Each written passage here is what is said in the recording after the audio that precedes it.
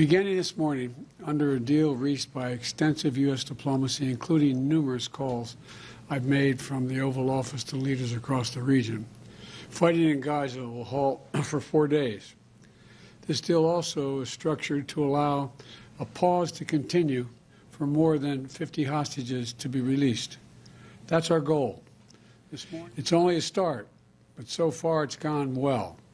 Earlier this morning, 13 Israeli hostages were released, including an elderly woman, a grandmother, and mothers with their young children, some under the age of 6 years old.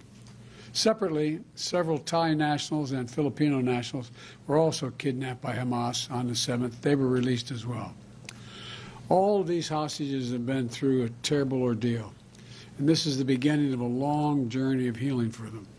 Today has been a product of a lot of hard work and weeks of personal engagement. From the moment Hamas kidnapped these people, I, along with my team, have worked around the clock to secure their release. We saw the first results of this effort with the release of 2 American hostages in late October, followed by the release of 2 Israeli hostages. And over the past several weeks, I've spoken repeatedly with the Emir of Qatar, the President Sisi of Egypt, and Prime Minister Netanyahu of Israel to help secure this deal, to nail it down.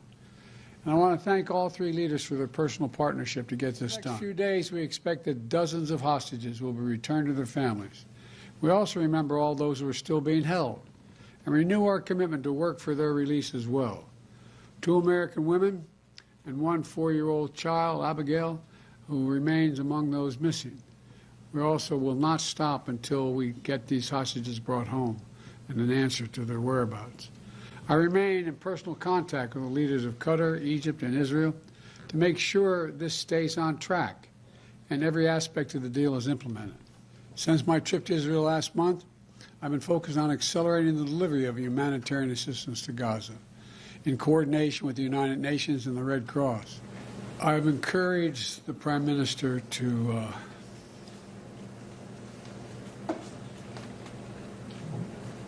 focus on trying to reduce the number of casualties while he is attempting to eliminate Hamas, which is a legitimate objective he has. Mr. President, there are members of your party who would like to see conditions placed on aid to Israel. What is your view on that? They would like to see, a reduction in the bombing and that sort of thing. Well, I think that's a worthwhile thought, but I don't think if I started off with that, we'd ever gotten to where we are today. We have to take this a piece at a time. Mr. President, do you trust Hamas to uphold their end of the deal? I don't trust Hamas to do anything right.